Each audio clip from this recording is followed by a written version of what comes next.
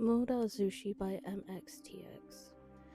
Chapter 1 Reincarnation. Rejoice, Wei Wuxian is dead. It hadn't been a day since the siege of the burial mound, and the news had already flown across the entire cultivation world as if it had sprouted wings.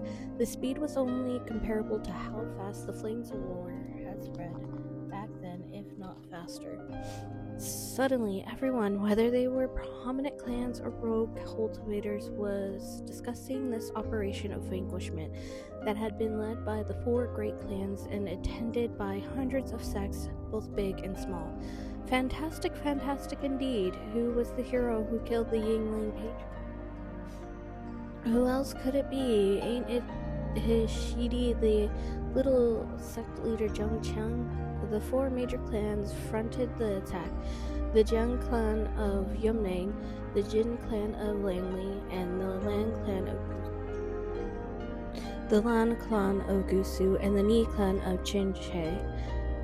A crushing family for the greater good, they destroyed Wei Wuxian's good old lair, the burial mound. I must say, well done. Someone immediately clapped and exclaimed in agreement, "That's right, well done." If it hadn't been for the Jin clan of Yameng, who took him in and raised him, then Wei Wuxian would have been a no-name street rat in the countryside, never mind becoming anything else. The former Zheng sect leader raised him like his own son.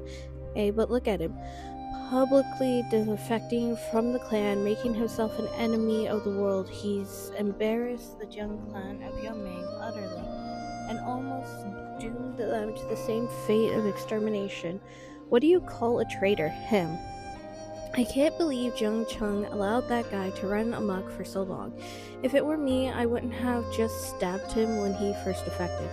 I would have cleaned house. He wouldn't even have gotten the chance to do all those crazy things. What does a childhood friendship matter when facing people like him? That's not what I heard, though. Didn't Wei Ying's demonic cultivation backfire, causing him to be ripped apart and devoured by the ghost under his command? I heard he was chewed to pieces while still alive. Haha! That's what you call karma. I've wanted to say this for a long time now, but those ghost generals he raised were like a pack of unleashed mad dogs, biting people everywhere, and in the end he got bit to death himself, well deserved.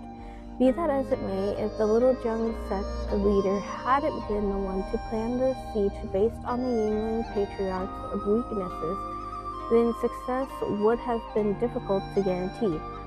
Do not forget what Wei Wuxian had in his clutches, or how over 3,000 renowned cultivators were all completely annihilated that night. Wasn't it 5,000, 3,000, 5,000? They're all the same. 5,000 is more believable. He really is completely mad. He destroyed the Yin Tiger Tally before he died, so he gets at least some credit for that.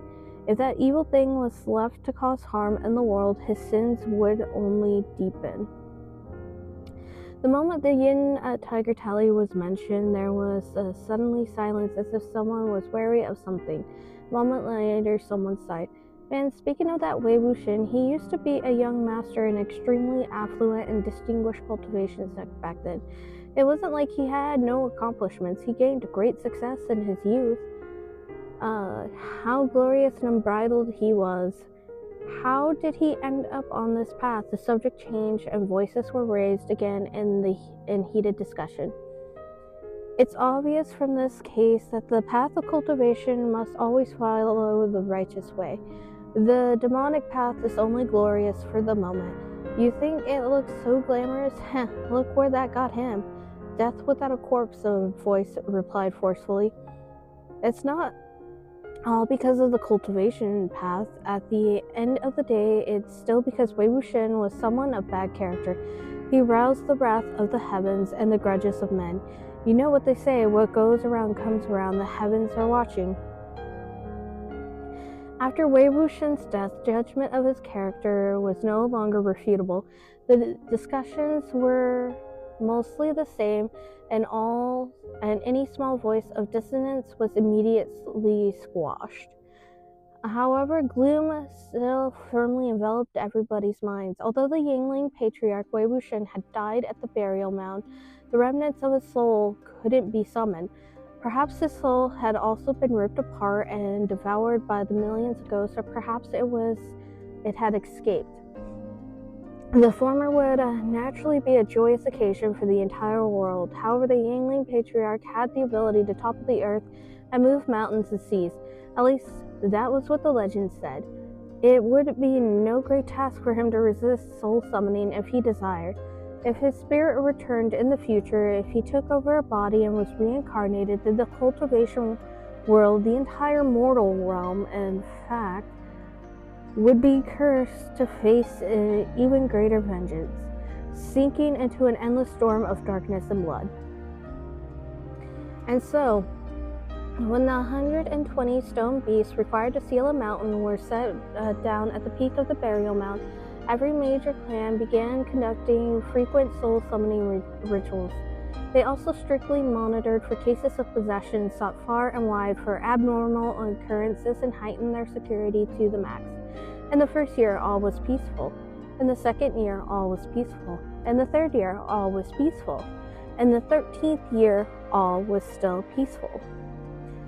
Thus, more and more people finally came to believe that perhaps Wei Wuxian had not been that amazing after all. Maybe he really had perished. Even though he had once turned the world upside down, there had at last come a day when he was the one overturned. No one could be worshipped on the divine altar forever. Legends were merely legends.